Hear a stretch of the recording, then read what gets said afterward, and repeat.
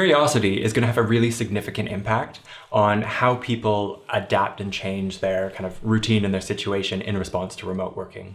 Because one of the key characteristics of curiosity as a personality trait is essentially openness to new experience, kind of an openness and interest in new ideas, new ways of thinking, new ways of working, new techniques or tools or technology, whatever it is. So people who have really high trait curiosity tend to really enjoy new methods, new approaches, new ideas. So a new way of working might be an interesting and exciting kind of opportunity. Whereas for people with lower levels of curiosity, they tend to be a bit more consistent. They might prioritize kind of reliability, consistency, and stability over novelty or innovation. So being consistent and reliable and dependable can be a huge asset in a lot of jobs, in a lot of situations. But when you're forced into a new working environment or a new working situation, it can be really challenging for someone who prefers their kind of old tried and tested way of doing something. So for someone who's really well adapted and enjoys going into a traditional office environment, works effectively in that environment, a new change can be a really significant source of stress, difficulty, and challenge. Whereas for other people with higher curiosity, it might be exciting, a new opportunity, a new way to try new technology, to try new approaches, to try different way of working. And for some people, that kind of change and difference is really invigorating and exciting. And for others, it's exhausting.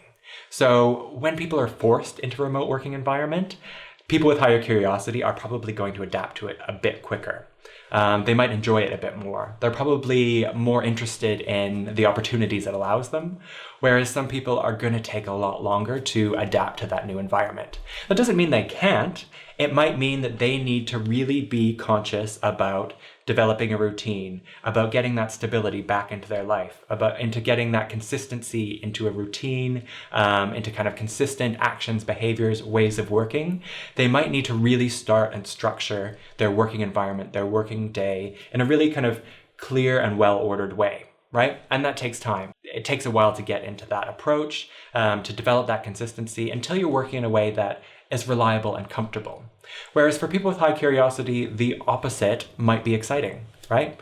It might be that working a bit differently every day, trying to figure out the new technology, talking with people over, Zoom and Skype and Teams and whatever other methods instead of in person is just an interesting kind of opportunity or experience.